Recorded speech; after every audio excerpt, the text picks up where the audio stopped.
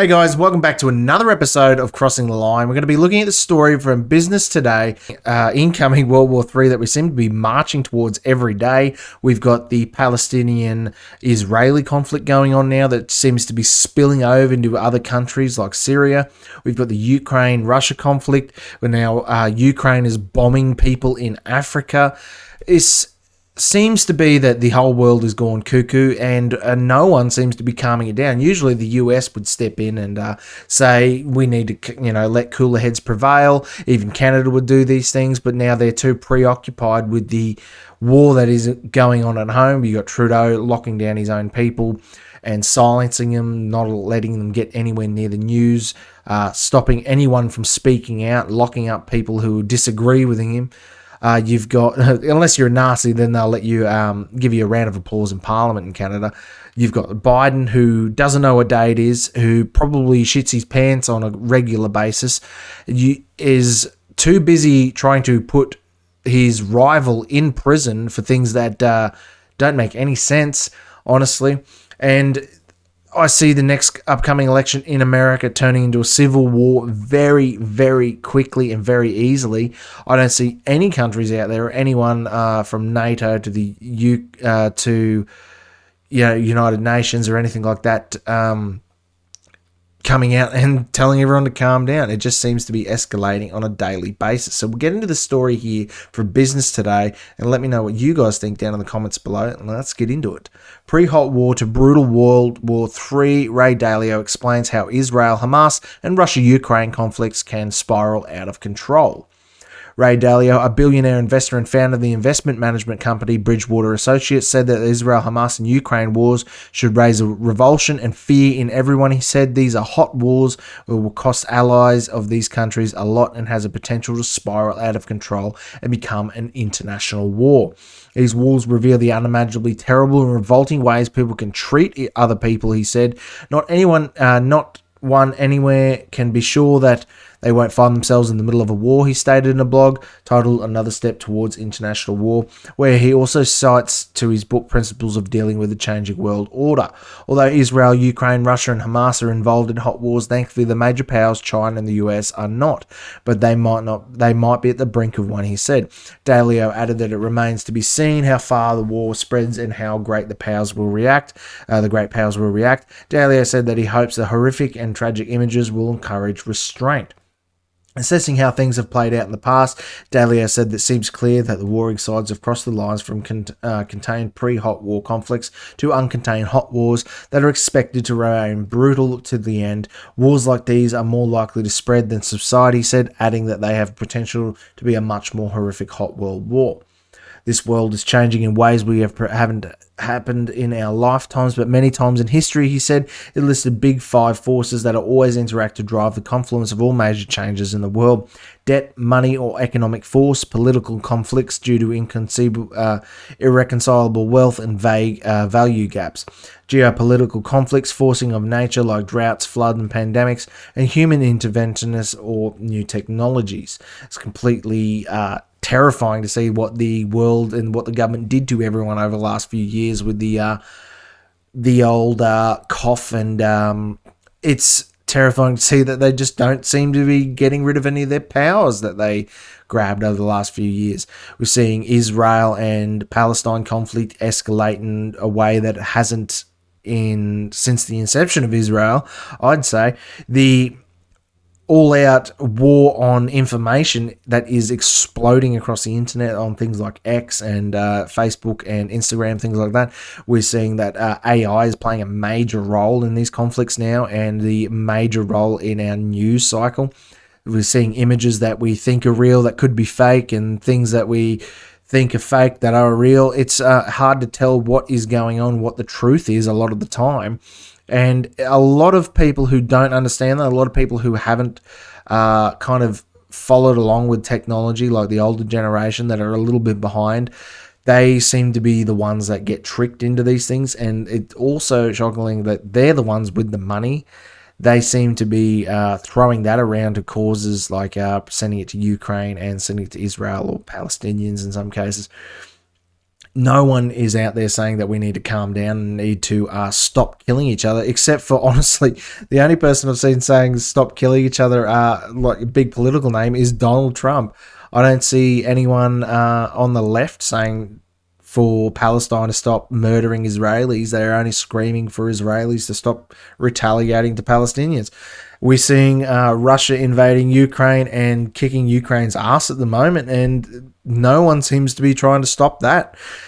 Ukraine just sits there asking for more money, and people keep sending it. And it's to the point where Ukraine is now bombing Wagner forces that are in Africa, places like Sudan. They're bombing other countries now with the things that we give them. I'm pretty sure it's the drones that the Australian government has given them anyway. No one has calmed down. No one is stopping anything. And there doesn't seem to be anyone who's in charge, unless it's like BlackRock or State Street or something like that, that is dictating what's going on. There's no world leader at this time that anyone could turn to and get some guidance or wisdom from. Even if it was Trump back then, at least he had some sort of plan or he had some rhetoric to go by. Biden doesn't even know what's going on half the time. He's too busy tripping over or shitting his pants or chasing after an ice cream truck or sniffing children to give a shit what's going on around the world. And the only thing he really cares about is trying to jail his political rivals and keep his son out of jail for all the cocaine and hookers and the Burisma issues that he's that's propped up over the last couple of years. But it seems that one of the biggest factors is the online misinformation and disinformation bills that are coming out. Like Canada's just had one out. America's playing with that every day. They're getting rid of their free speech incrementally. Australia's got one that's on the books at the moment that's very scary, that if the government thinks that you're spreading misinformation, they can shut you down, and it only works for other people. The government can be spreading all the misinformation they want. They don't get shut down. Canada, you can't see a news story on Facebook or any of the meta programs like Instagram. They do not allow it because of Trudeau's stupid totalitarian dictatorship rules and his communist state that he's trying to implement. No one's getting a voice out there because everything's getting censored. Anytime someone says, calm down, we need to think about these things, they get told, shut up and pick a side. No one's thinking about what's going on. There's a lot of people cheering on Israel. There's a lot of people cheering on Palestine. Those people are in Australia, and with Palestinian protesters are out there promoting anti-Semitic views, the death of babies and infants, the death of civilians. They don't care. Even prominent political figures are doing the same. You've got the Australian Greens Party coming out and promoting Hamas, which is a terrorist organisation. And then you've got pro-Israeli people come out and promoting them genociding that entire Palestinian population. I mean, I believe Israel has every right to defend themselves, but I believe that the Palestinian people should be able to get some better help and get better, a better life. But how many times can you try to help someone that every time you stick your hand out, they cut it off or they bite your hand? I know exactly what the Israeli people are thinking. I mean, every time there's a conflict, half of the world, if not more than half of the world, comes up and says that you don't deserve to exist and that those people are less than human. I mean, if that was happening to me, I wouldn't have any favorable views on those people, and I would kind of just stick my middle finger up and tell you all to fuck off. Israel, it's been happening to them since the inception of Israel. And Jews, it's been happening to Jewish people for all of known history. I mean, whether they cause it themselves and bring it on themselves sometimes, I mean, that's obviously they're not just a guilt-free party in all of this, but civilians generally are off the table. If you're going around massacring civilians, and especially women, children, babies and infants, then I know whose side I'm on that conflict. I mean, I know Israel is killing civilians and killing babies in the same way with greater weaponry. It's pretty easy just to say, pick a side and say that this one's getting fucked over and this one's better.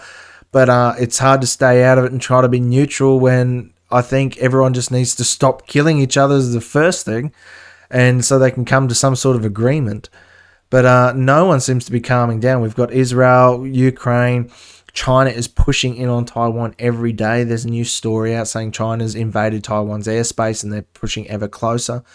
Now, it's making me honestly think of my prepping plans and breaking out all of my rations and making sure that I've got plenty of ammunition and I've got plenty of fuel and I've got myself covered for me, my own, and my family, and that we've got a plan. So I don't know what's going to happen. I don't know whether this is just all blown out of proportion by the mainstream media, whether this is the stepping stone to what is going to be World War III, and even if it's not a doomsday event, but it is World War III, the lives are going to change dramatically, and life is going to get very hard. It's hard enough now. I mean, we're paying $2 something for petrol, and we went shopping the other day. It was over $500 for a grocery shop. We can't keep up like this. I'm paying a lot of money in mortgage, and that's just going up every day. We can't keep this up. There's only so many hours a week I can work. I can't be at work every single minute of every single day to be earning, especially when half of that's taken away from you by taxes to waste on things like voice referendums. Now, I suggest going out and finding some sort of plan, figuring out a sort of plan to implement if World War III does break out. Whether it's whether you have to bug out, whether you have to bunker down, whether you have to start growing your own food, get your own chickens, make sure you've got a potable water source, making sure that you've got plenty of ammunition in the case of, or even a firearm if you do need it. If you live in Australia, it's not that hard to go and get your firearms license. Go and get it. Make sure that you know how to use it safely. Go to the range. Make sure you do everything legally. Do not do anything illegal with them, and make sure that you know how to use it. Whether you need to learn how to hunt, things like that. Is very hard to find anywhere to hunt. I'm scratching my head, pulling my hair out, trying to find a place that'll let me go and shoot deer or pigs or anything like that and let me hunt on their property is very hard. And without winning gold lotto, I don't think I can go and afford to buy my own property anywhere. So things like that you need to think of. I'm going to try to get a podcast together with a friend of mine who does prepping and has recently just started prepping down in Tasmania. He's just moved to get his family out of major city centres, and is a qualified nurse, so he has some very good ideas and very smart things to implement, and a different way to look at things as well. If you don't have a plan, then you're fucked from the word get-go. I mean, we kind of had a plan when it came to COVID, but everything rolled in so slowly that it didn't seem like the catastrophe that it was until it was too late, which is very dangerous. And I believe it might just happen like that again, even with a World War III. If China invades Taiwan, then we will not be getting any resources into or out of China. All shipping will stop. We don't even make our own fuel in this country anymore, so we'll be out of fuel within 12 hours. I'd say that service stations, if they know there's going to be a run on fuel, they'll be out of petrol and diesel in 12 hours. Also along those lines, we saw what happened with toilet paper and food over COVID. That was insane. The only places that'll be able to get petrol will be the military, the government, and trucking, most likely.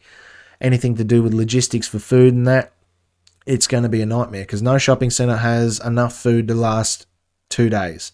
They get a couple of trucks every single day, every single night. It does not last that long. If we have a big event in town or there's a flood or a cyclone coming, the shops are emptied pretty bloody quickly, and it takes a very long time for them to get stock back. I've worked in supermarkets in my earlier childhood and life, and asking, can you go check out back for an item? There is no out back.